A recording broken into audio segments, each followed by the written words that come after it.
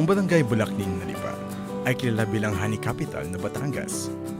Dito makikita ang maraming bee farms, ang mga bubuyog na nakakatulong di lang sa mga tao pero lalo na sa kapaligiran.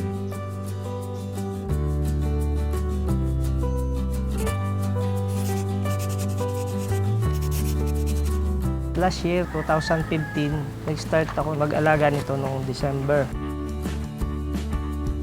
Kasi dito sa lugar namin, puro honey. Tapos nakikita namin yung mga dinadayo pa siya ng taga-iba't ibang lugar. Kaya napag-isipan namin mag-asawa na magtayo rin ng tindahan ng honey, mag-alaga ng honeybee. Mga kaibigan ko, sila naghimok sa akin para mag-start ng business na to. Kasi sila yung mga veterano sa akin. Kaya nung nag-start ako, sila yung umalalay o umagapay sa akin. Yung mga produkto namin ng honey, yun ang mga binebenta namin sa store namin. Nung kalagayan dati dito, hindi pa to kilala yung lugar namin. Kasi agricultural lang dito. Namamatay yung ibang mga halaman kasi wala pang pumupuksa dun sa mga mapamatay na insekto.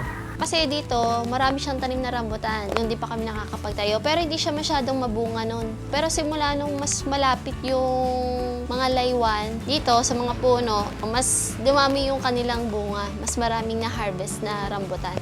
Nakilala ko yung aming lugar kasi naging center siya ng honey. Tapos yung mga epekto dito sa mga puno, gumanda yung sibol nila. Iba't iba na pong mga turista ang mga napunta, kaya nag-iba po yung barangay ng Bulacning. Nakilala po dahil sa honeybee.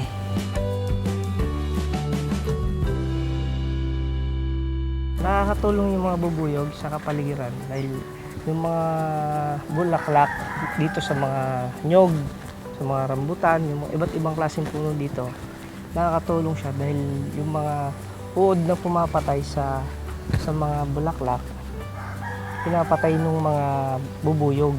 Yung nakikita po nating mga nalabas-pasok po dito, yung sa nilang pakpak, yung po yung kanilang nakukuha mga nectar sa mga puno, yung para sa pollination na nakukuha nila.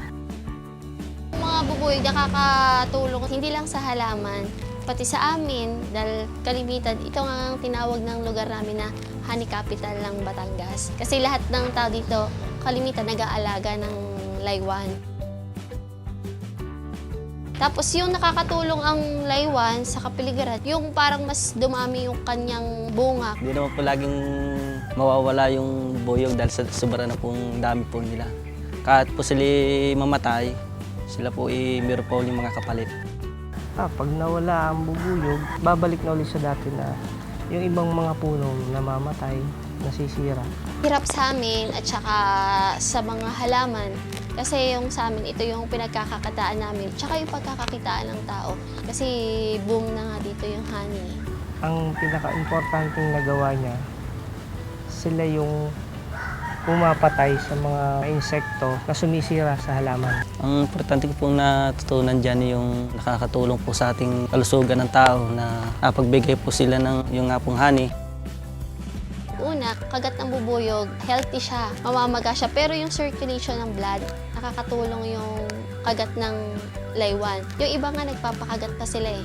Isa pa, pag walang bubuyog, walang honey.